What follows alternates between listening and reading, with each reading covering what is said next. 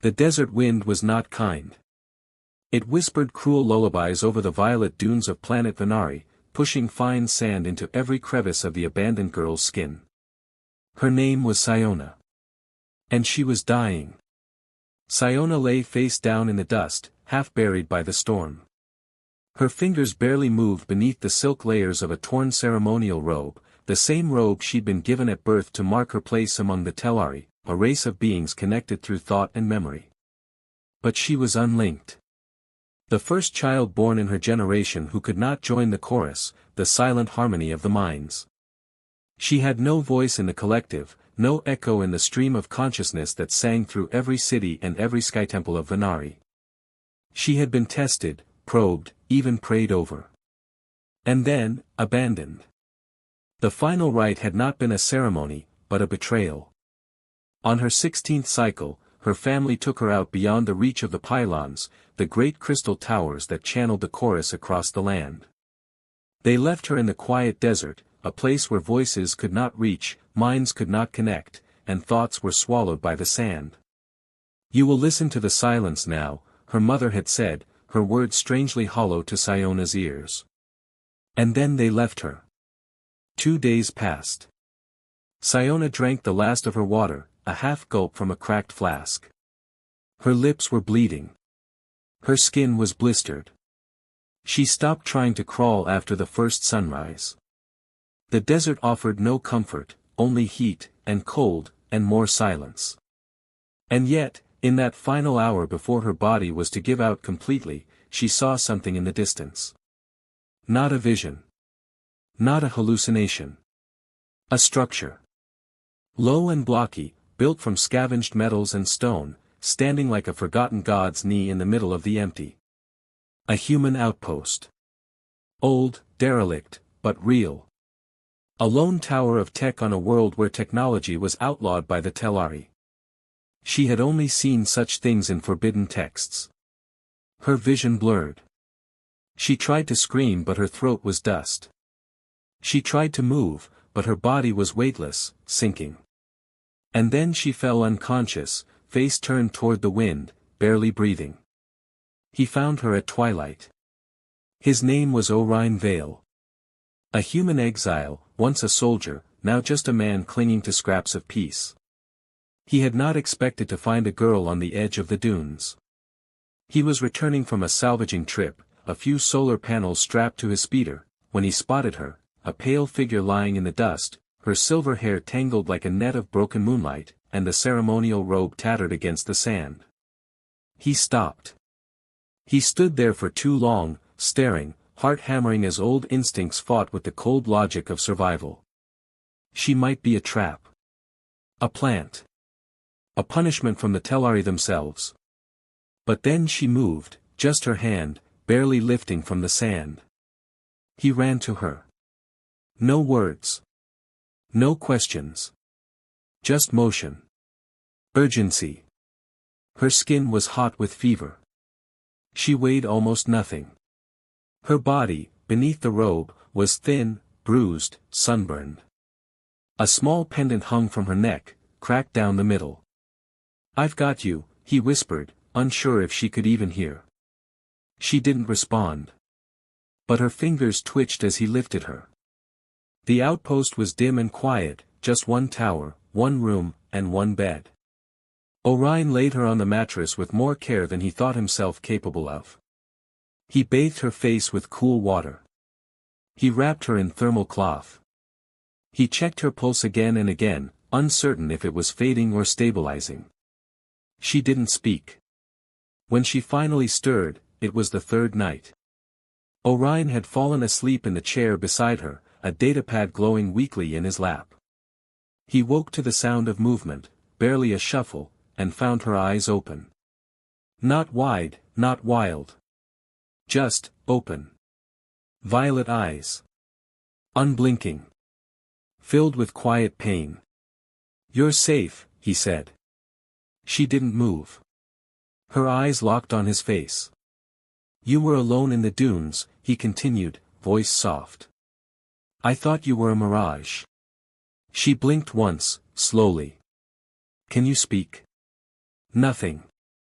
He tapped a few lines on the datapad and offered it to her. It had a crude input tool for the mute. She stared at it, then at him. Then she tried to sit up, and collapsed, coughing. He caught her gently, guiding her back down. "Not yet," he said. "Rest first." The days passed. She healed slowly, her body stubbornly clinging to life. Her silence remained. She began to eat again, quietly, with caution. She avoided his eyes at first. But she stayed in the room, curled beneath the old solar blanket, watching the windows, listening to the wind. On the 5th day, she wrote on the datapad for the first time. "Thank you. I don't know why you helped me." He stared at the message, unsure how to answer. Finally, he wrote back. "I've seen too many left behind." She read the reply, then turned away. He didn't press her. But the next night, she wrote again. "I was not born silent. The silence was given to me." And then, "Do you believe in cursed children?" He sat beside her, considering. Then shook his head. "No," he said softly. "But I believe in cruel parents." She didn't cry. But her hand trembled. Her name came later. When she finally trusted him enough to give it. "Siona," she whispered one evening, voice cracked but determined. It was the first sound she had made since he found her. He looked up from the solar panel he was fixing and blinked. "Your name?" She nodded once, then coughed violently into her arm. "You don't need to push," he said, moving toward her with water. "I need," she croaked. "To speak. Once." He crouched beside her. "You already did." By the second week, she could walk. Barely. Her steps were fragile, like a bird testing a broken wing. But she moved with stubborn grace, never asking for help. Orion began to see the edges of her spirit, sharp, scarred, but still burning. She explored the outpost during the day. At night, they sat in the common room beneath the broken star map. He cooked. She watched. Sometimes, they shared silence. Not the empty kind, but a warm one. A shared quiet. "You're not from here," she wrote one night. "No," he replied. "Earthborn. Military. Long time ago." "Why Venari?" He paused. Then typed. "I ran. They didn't like that." She didn't ask more. Didn't need to. They were the same in that way, marked by choices others called betrayal. On the 17th day, everything changed. A low hum broke the night air. Siona was the first to feel it, her head jerking up, eyes wide with panic. She gripped Orion's arm, harder than ever before. He followed her gaze out the window. And saw the lights. 3 pale orbs drifting across the sky. Not stars. Not birds. Drones. He leapt to his feet. "Are they Telari?" Siona didn't answer. But her hands were shaking. "Do they know you're alive?" Her voice was thin. "They don't care if I am. But if I am, they'll take me." "Why?" She swallowed. "Because I break the lie." They packed what little they could. Orion's speeder wasn't fast, but it was quiet and shielded. They left just before dawn, racing across the ash plains toward the northern canyons. Siona sat behind him, arms around his waist. The wind whipped through her hair. Her heartbeat pounded against his back. She didn't speak. But she didn't let go.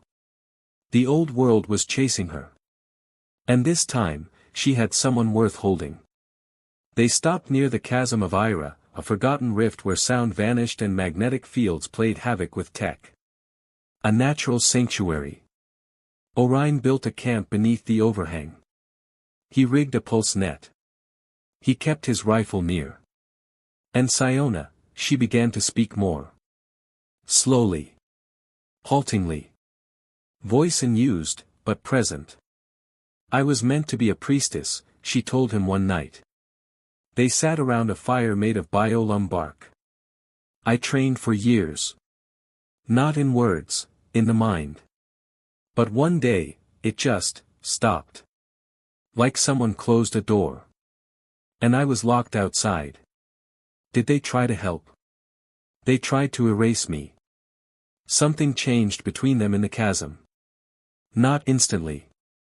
Not with a kiss or a confession. But in the little things. Orion began to cook extra portions, just in case she was hungrier. She started placing her sleeping mat a few inches closer each night.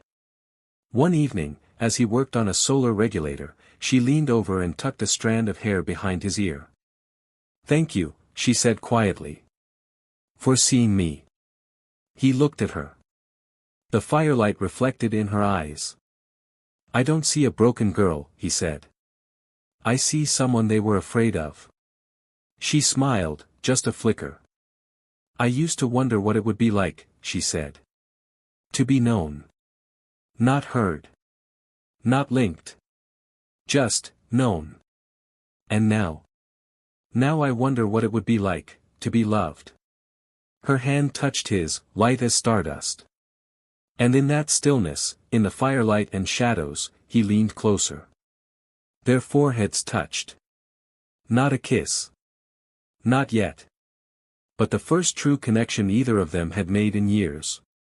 A silent promise. The skies over Ira were quiet again. For now. But Orion Vale couldn't stop watching them. He stood at the edge of the rocky cliff, arms folded, wind tugging at his worn jacket, gaze fixed on the pale moonlight filtering through veils of drifting dust. Behind him, the campfire crackled, casting long shadows on the red stone walls. He didn't look back. Not yet. Because Siona was there, and her presence, the quiet gravity of it, was something he still didn't know how to face without trembling. Not out of fear. But out of something deeper. Something he'd long since buried beneath a soldier's numb silence. Something like hope. And hope was dangerous. 10 years ago, on a planet called Strelian V, Orion had worn a uniform. Not one of honor. One of compromise. He had been a tactical engineer for the Daxel Initiative, a corporate-backed force operating in the unregulated sectors of the Outer Rings. They called it peace enforcement. But what they did, what he had built, was war. War through minds. The Telari weren't the only species with psychic gifts. Scattered across the stars were children, alien or hybrid, born with neurological structures unlike anything seen on Earth. Fragile, beautiful minds. But powerful. Too powerful to be left alone. So the initiative created Project Lamina. They gathered these children. Trained them. Broke them. Fused organic brainwave patterns into weapon interfaces. Orion was the one who made it possible.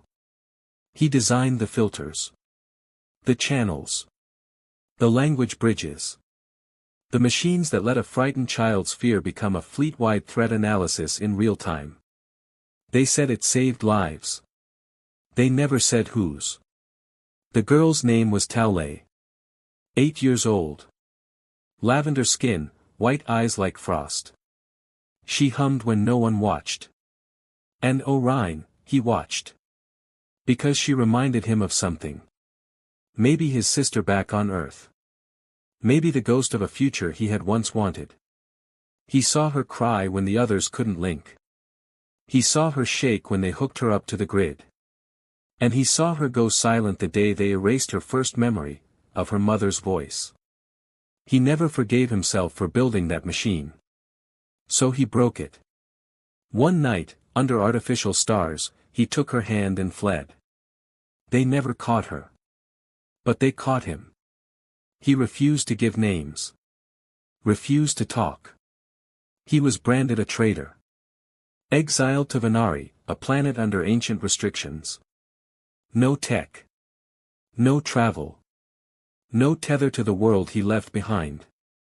And for a long time, he was content to rot in the dust. Until Siona. She was nothing like Taule. Older, sharper. Not a child, not innocent. But she carried the same silence. The same fear in her bones. The same unspoken question in her eyes.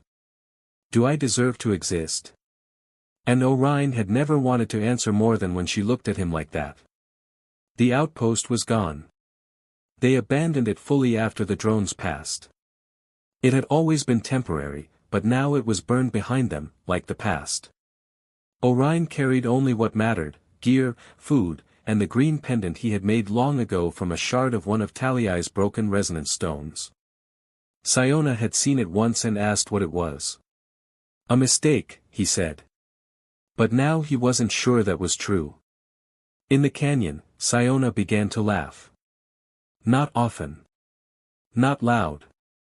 But soft bursts of it, when he fumbled lighting the fire, when the food turned out black and unchewable, when his old dog Valdrin chased a sun lizard into a hole and got stuck. You're not the soldier I imagined, she told him. I stopped being that long ago. But you still carry it. The weight. He didn't deny it. But when she laid her head against his shoulder later that night, her breath warm against his neck, he let some of that weight go.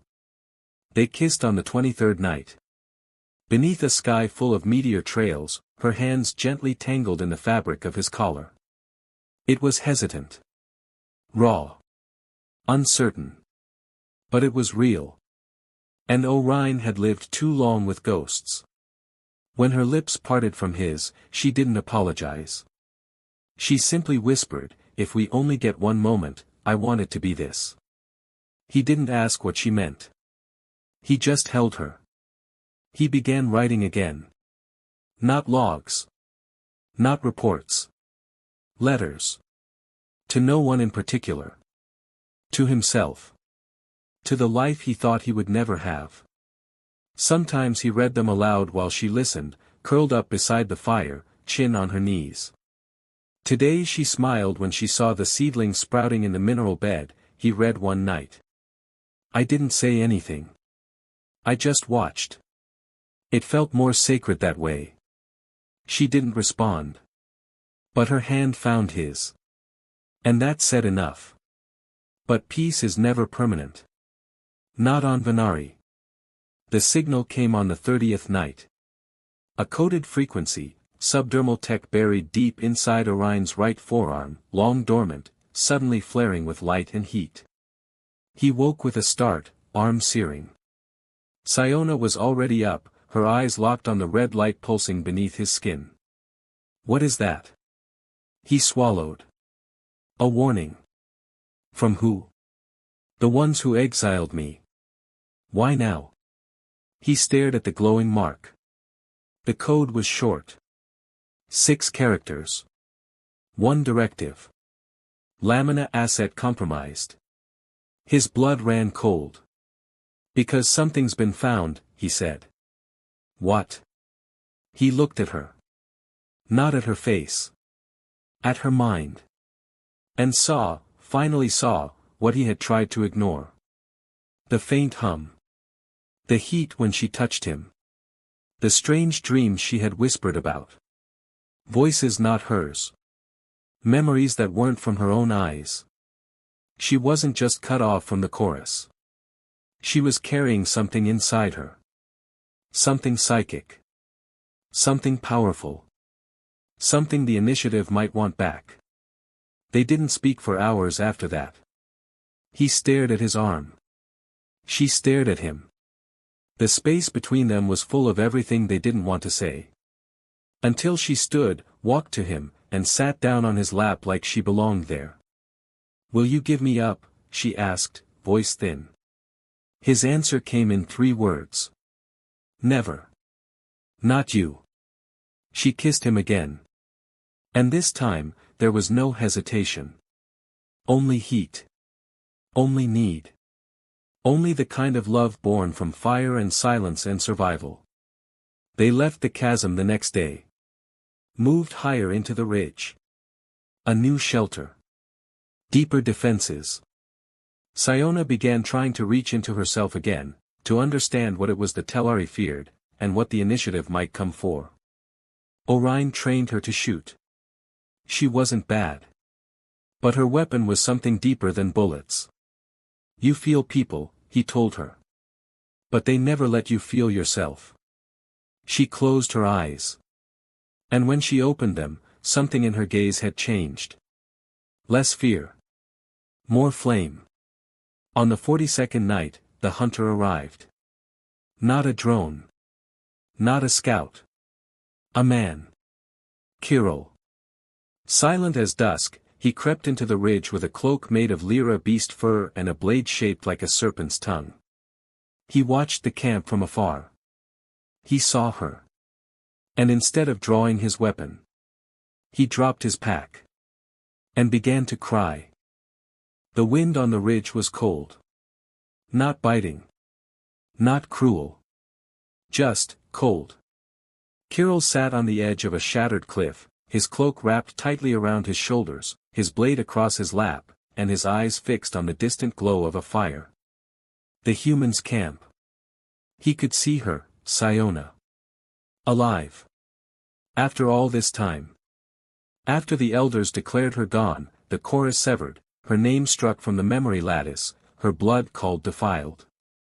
He had been sent to retrieve her. Or end her. And yet he hadn't moved from this spot in 3 days. Not once. He couldn't. Not since he recognized her face, the same as when they were young, playing beneath the light flowers in the veil of dust, when she had shared her rations with him during the drought, when he had been nothing and she had given him kindness. She had been the only one. Even then. And now she was his target. Kirill had been a warden of the Telari for 6 cycles. Born into low caste, raised by the right of hardship, trained to follow the will of the collective without question.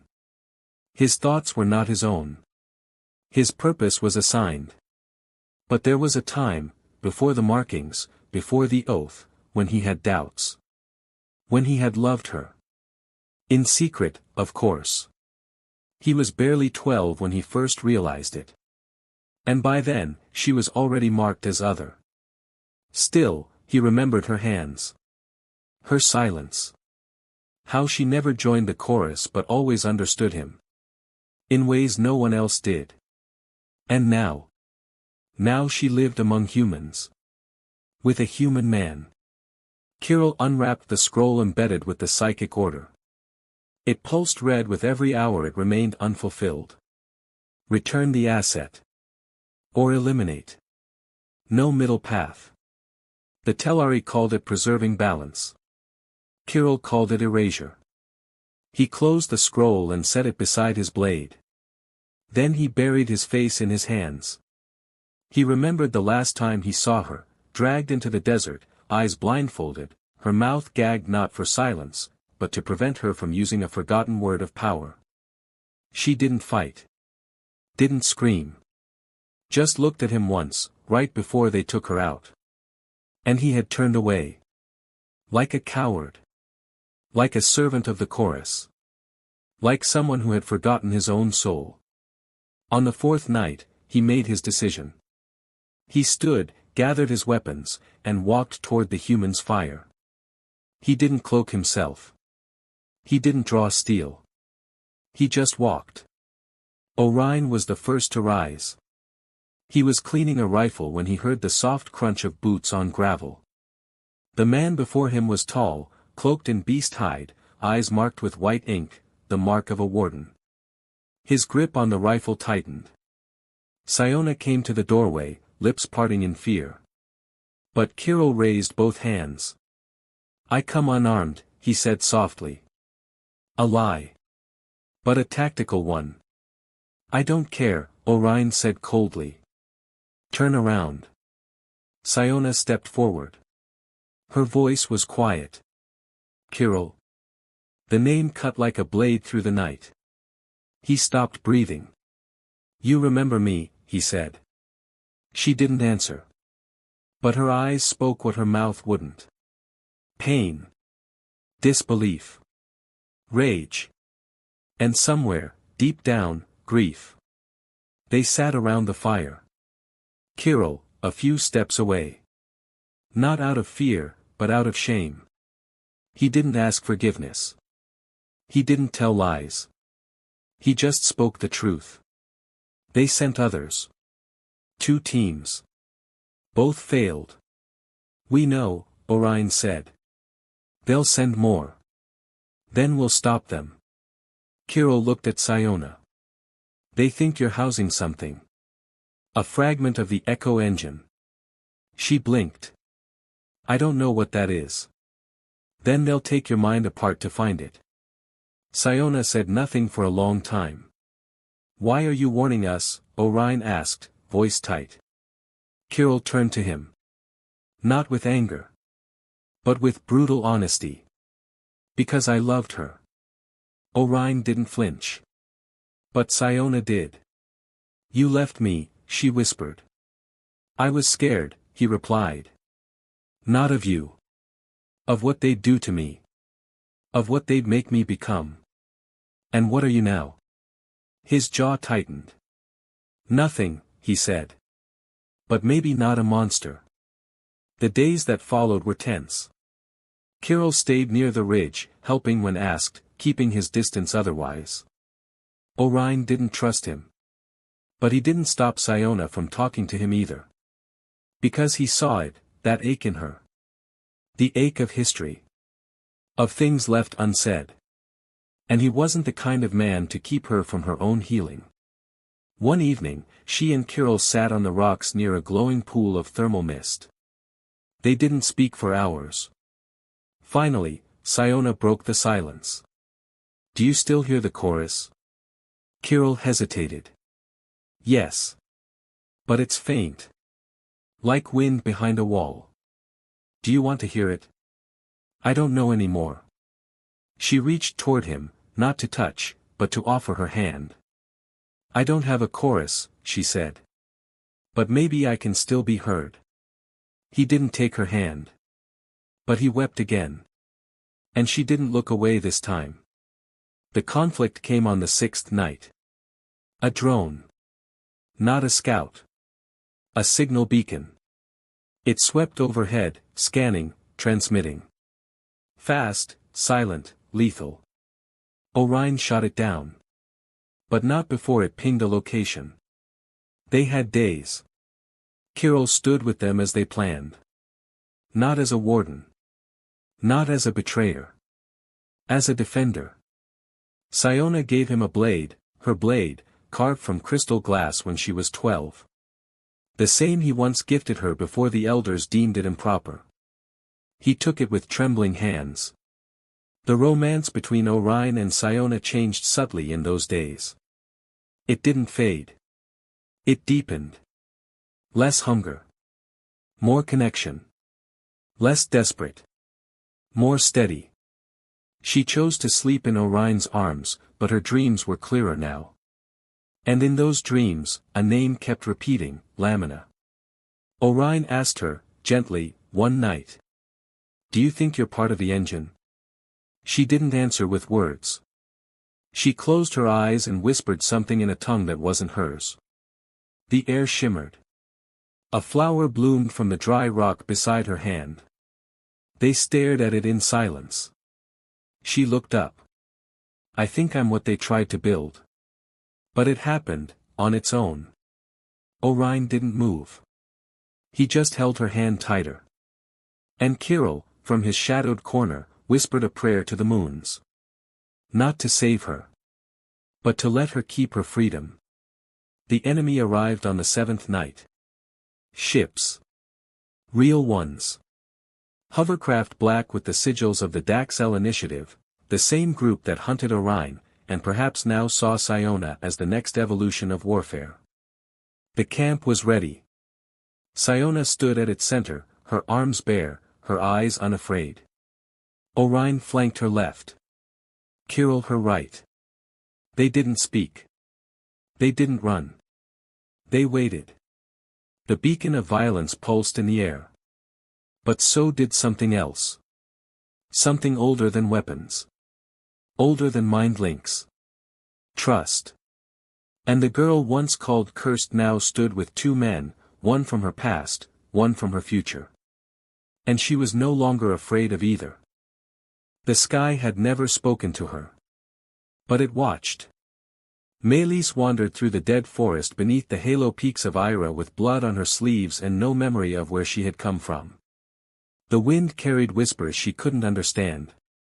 Her feet were bare. Her lips were chapped. And behind her, the trail was gone. All she remembered was running. A hand grabbing hers. A voice screaming her name. And then silence. The cold kind. The kind that meant something had been taken. Siona found her first. The girl was crouched beside a collapsed root, eyes wide with fear, face smeared with ash and dried sweat. She didn't look older than 10, skin pale, hair tangled and uneven as if someone had tried to cut it in the dark. Siona approached slowly. "It's okay," she said gently. "I'm not going to hurt you." The girl didn't move. But her eyes flicked to Siona's necklace, the broken silver pendant that glowed faintly when her heart beat faster. "What's your name?" Siona asked. The girl swallowed. "Melis." Then collapsed. Orion carried her back to the camp. She was feverish, dehydrated, near comatose. But her vitals were stable. No broken bones. No signs of physical trauma. The wounds were inside. And whatever had scarred her mind, it was deep. Siona sat beside her for hours, holding a damp cloth to her forehead, humming softly. Not a song, just vibrations. Old tones from her people's forgotten past. Kirill watched from a distance, quiet and tense. "She's from the stations," he said eventually. "The Southern Reach." There was a lab there, unmarked. Off the chorus grid. "Military?" Orion asked. "Worse," Kirill said. "Corporate. Experimental." "You think she's like Siona?" Kirill looked at the girl. And nodded once. When Melis woke, she screamed. Not loud, not the kind of scream that breaks the air. It was the kind that shattered the mind. Siona clutched her ears. Orion stumbled. Kirill dropped to his knees. The sound wasn't physical, it was psychic. A pulse. A warning. A call. Melis curled into a ball, shaking, mumbling over and over. "They're coming. They're coming. They're coming." Siona reached for her. And then it happened. The link. Not like the chorus. Not artificial. This was something else. Raw. Involuntary. Pure. For a split second, Siona saw inside Melis. Not just memories, screams of old machines, metal probes, lights that never dimmed. But something else too. A moment of freedom. A memory of a man, Orion, younger, helping a girl with white eyes and a hummingbird voice escape down a dark corridor. The girl wasn't Melis. But the feeling was familiar. Hope, buried under trauma. Siona staggered back, gasping. Melis looked up. "I saw you," she whispered. Siona's voice trembled. "So did I." Over the next days, they trained. Not with weapons. Not with drills. With memory. Siona sat with Melis each night beneath the stars and helped her control the echoes in her mind. They didn't force anything. They didn't try to fix her. They just sat. And when Melis cried, Siona held her. When she screamed, Orion wrapped them both in a thermal blanket and whispered stories from old Earth. About oceans. And snow. And birds that only flew for joy. The girl began to laugh. Rarely. Softly. But it was a beginning. Siona changed. Orion saw it before she did. Her voice grew stronger. Her gaze more certain. Her hand steadier when she reached for others. But it wasn't just confidence. Something had been unlocked. The link with Melis had pulled back the curtain of whatever lay dormant in Siona's mind. Not just a spark. Not just a gift. A singularity. She began hearing things before they happened. Dreaming pieces of future storms. Feeling the wind shift before it blew. And when she closed her eyes at night, she could feel Orion's heartbeat without touching him. "You're scared," she told him once. He nodded. "Of what?" "Of losing you. To them. To it." She touched his face, smiling. "I'm not becoming something else," she said. "I'm becoming me." And for the first time, Orion let go of the last wall around his heart. And kissed her like he'd never have another chance. Kirill, too, was changing. He no longer wore his cloak. He stopped listening for the chorus. He spent mornings carving bone totems and evenings teaching Melis how to use a long knife. He didn't speak of love. Not anymore. But one night, he approached Orion beside the fire. "When this ends," he said, "I will go." Orion looked up. "You don't have to." "I do," Kirill said simply. "But I'll go knowing she has someone who won't break." And Orion, for once, didn't argue. He just nodded. And passed him a cup of heatroot tea. In silence. As brothers might.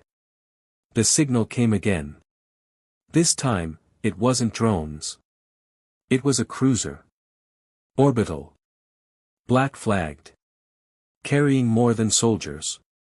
Carrying a psychic siphon. Orion read the scan. "They're going to extract her," he whispered. Siona was calm. "Not if I reach them first." "You can't go to them." "I don't need to. I can bring them to me." And for the first time, her silver eyes glowed. Not just faint light. But like twin moons, alive and burning. She stood atop the ridge, cloak whipping around her like flame, and opened her arms to the sky. And sang. Not with sound. With thought. With grief, and strength, and memory. And somewhere above, in the cruiser's cold halls, dozens of trained soldiers heard her. And one by one, they dropped their weapons. Not from pain. But from recognition. And the battle that was supposed to start. Never did. That night, Melis curled up beside Siona under the stars. "Can I stay with you?" she asked. Siona nodded. "Always." And Orion watched the stars above, hand in Siona's, heart no longer afraid. Because they had done more than survive. They had made others feel what it meant to be alive.